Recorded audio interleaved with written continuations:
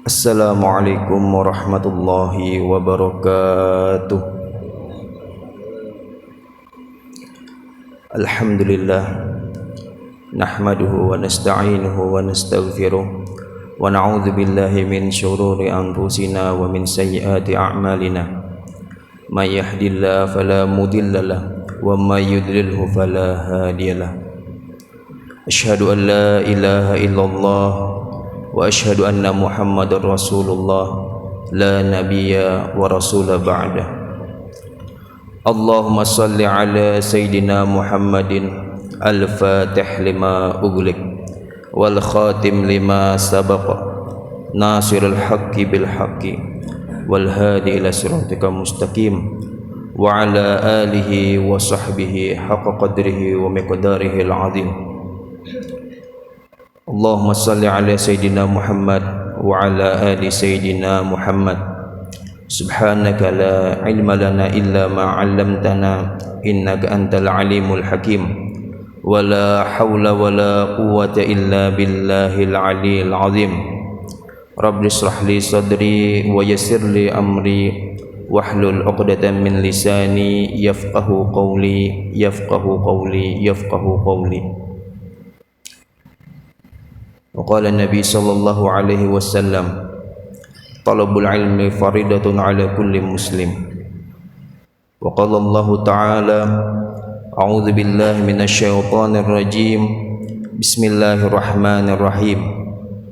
Inna a'tainakal kautsar fasalli li rabbika wanhar. Inna syani'aka huwal abtar. Shadaqallahul azim.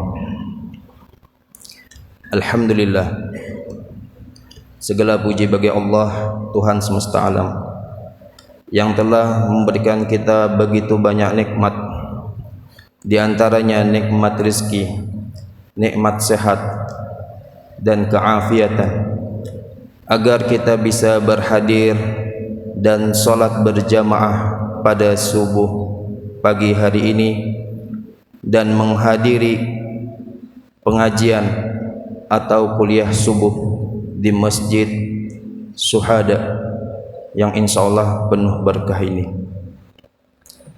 Salawat serta salam tak lupa kita haturkan kepada junjungan kita Nabi besar Muhammad sallallahu alaihi wasallam, yang mana karena beliaulah kita umat Islam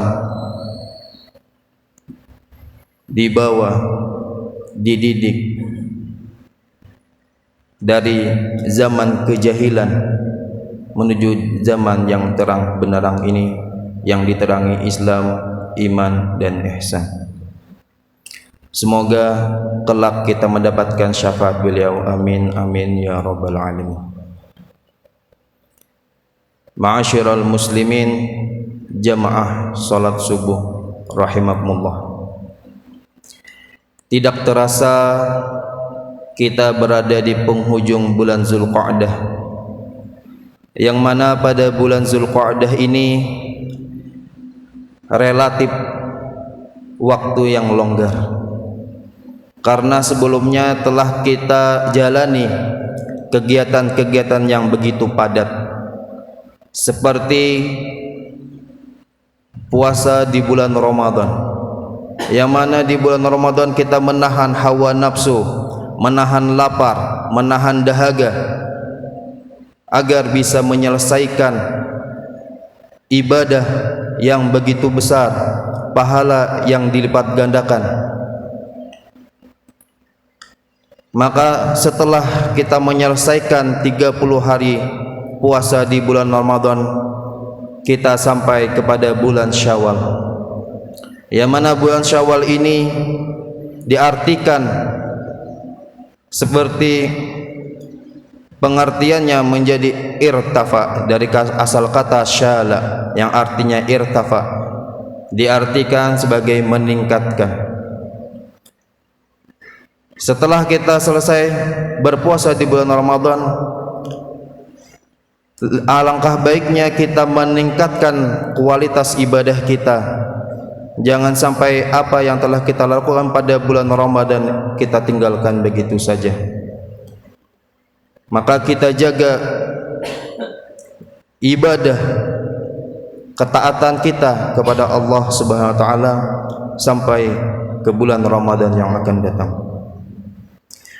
Dan juga di bulan Syawal juga disebutkan adalah bulan kemenangan umat Islam, yang mana telah kita lalui 30 hari puasa di bulan Ramadan. Setelah itu kita mendapat kemenangan karena telah melawan hawa nafsu, melawan lapar dan dahaga.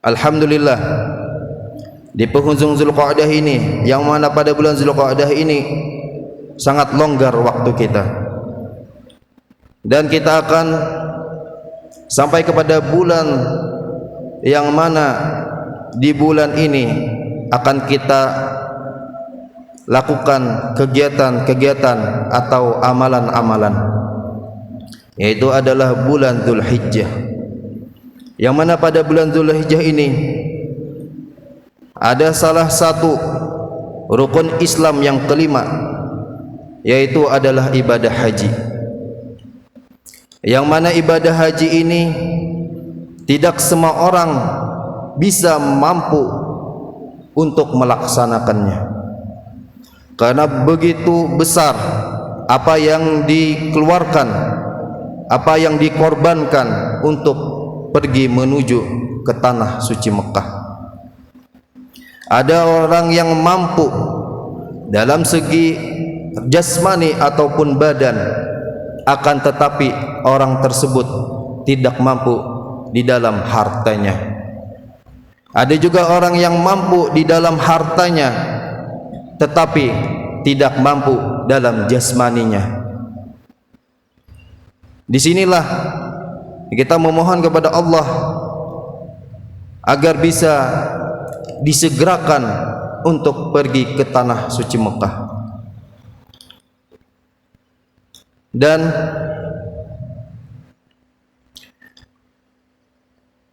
dalam ibadah haji dan umrah itu kita lakukan paling tidak 1 kali seumur hidup. Apabila kita sudah mampu, maka kita laksanakan perintah Allah ini. Dan juga dalam ibadah haji, bagi orang yang tidak mampu melaksanakan ibadah haji, Rasulullah sallallahu alaihi wasallam menjanjikan kepada kita suatu amalan, yang mana amalan ini pahalanya itu seperti pahala haji. Di antaranya amalan yang pertama itu ialah salat subuh berjamaah. Rasulullah sallallahu alaihi wasallam bersabda, diriwayatkan dari Anas bin Malik, barang siapa yang salat berjamaah, barang siapa salat subuh berjamaah, kemudian dia duduk berzikir memuji kepada Allah sampai terbitnya matahari, kemudian dia melaksanakan salat 2 rakaat, maka itu pahalanya seperti pahala haji dan umrah. Dalam riwayat lain, Rasulullah sallallahu alaihi wasallam menegaskan sempurna, sempurna, sempurna. Maka sempurnalah pahala orang yang melaksanakan atau mengamalkan apa yang telah dijanjikan Rasulullah. Amalan yang kedua yaitu adalah pergi ke masjid untuk belajar atau mengajarkan ilmu agama. Alhamdulillah, kita sekarang berada di masjid dan kita niatkan pergi ke masjid ini untuk mempelajari ilmu agama atau mengajarkan ilmu agama. Insyaallah, kalau kita melaksanakan apa yang telah dijanjikan Rasulullah, maka insyaallah kita akan mendapatkan pahala seperti haji dan umrah. Amalan yang ketiga yaitu umroh ketika bulan Ramadan, yang mana umroh ketika bulan Ramadan ini keutamaan waktu dan tempatnya. Karena keutamaan waktu dan tempatnya, maka umroh di bulan Ramadan, kata Rasulullah sallallahu alaihi wasallam bersabda, bagi siapa yang melaksanakan umroh di bulan Ramadan itu seperti pahala haji. Dalam riwayat lain juga mengatakan itu seperti haji bersamaku. Amalan yang keempat yaitu salat berjamaah, menjaga salat berjamaah dan adab-adabnya. Yang terakhir yaitu yang kelima, berbakti kepada kedua orang tua. Diriwayatkan dari Abu Ya'la, ada seseorang yang bertanya kepada Rasulullah sallallahu alaihi wasallam, "Ya Rasulullah, saya ingin berjihad tapi saya tidak mampu." Rasulullah sallallahu alaihi wasallam menjawab, "Apakah di rumahmu masih ada orang tuamu?" Kata seseorang itu, "Ada ya Rasulullah, yaitu ibuku." Kemudian Rasulullah menjawab, "Datangilah ibumu. Setelah itu engkau berbakti kepadanya, tunjukkan baktimu kepadanya, tunjukkan kepada Allah baktimu kepada orang tuamu, kepada ibumu, maka pahala yang telah engkau lakukan itu seperti pahala haji, umrah dan jihad." Ma'asyiral muslimin, jemaah salat subuh rahimakumullah. Dan di bulan Zulhijjah ini juga, selain ibadah haji, kita juga mengamalkan amalan-amalan yang ada di bulan Zulhijjah. Di antaranya adalah puasa pada tanggal 9 Zulhijjah, yaitu disebut dengan puasa Arafah. Rasulullah sallallahu alaihi wasallam bersabda dari Abu Qatadah, "Man siyamu yaumal Arafah ahtasibu 'ala Allahi ay yukaffira as-sanah allati qablahu was-sanah allati ba'dahu." Kata Rasulullah sallallahu alaihi wasallam bersabda, barang siapa yang berpuasa pada 9 Zulhijjah, maka Allah akan menghapuskan dosa 1 tahun yang lalu dan dosa 1 tahun yang akan datang. Amalan yang kedua yaitu berkurban. Berkurban di sini adalah menyembelih hewan ternak. Menyembelih hewan ternak itu telah disyariatkan di dalam Al-Quran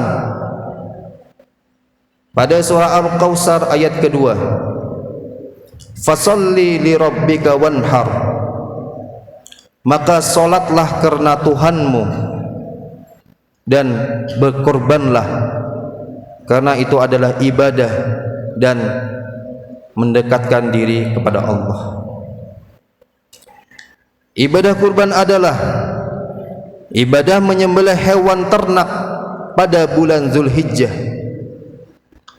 yang mana tidak cuma menyembelih hewan ternak, tapi ada moral ataupun tersirat di dalamnya untuk menyisihkan harta, menyisihkan sedikit demi sedikit harta untuk membeli hewan ternak. yang mana hewan ternak ini akan dibagikan kepada fakir miskin atau orang yang membutuhkan, dan dijadikan daripada daging hewan ternak ini itu makanan yang lezat dan bisa disantap. Alhamdulillah, ma'asyiral muslimin, jamaah salat subuh rahimakumullah. Demikian yang bisa saya sampaikan, semoga bermanfaat, terlebih bagi sahibul kurban atau orang-orang yang hendak berkorban. Semoga Allah Subhanahu wa taala memberikan kita petunjuk dalam setiap langkah dan diberikan kelapangan rezeki sehingga kita bisa mendekatkan diri kepada Allah Subhanahu wa taala dengan berkorban. Amin amin ya rabbal alamin. Saya minta maaf, minta halal, minta ridha apabila dalam penyampaian saya masih banyak kekurangan atau jauh dari kesempurnaan. Astaghfirukum katsiran wa billahi taufiq wal hidayah war ridha wal inayah. Summa assalamu alaikum warahmatullahi wabarakatuh.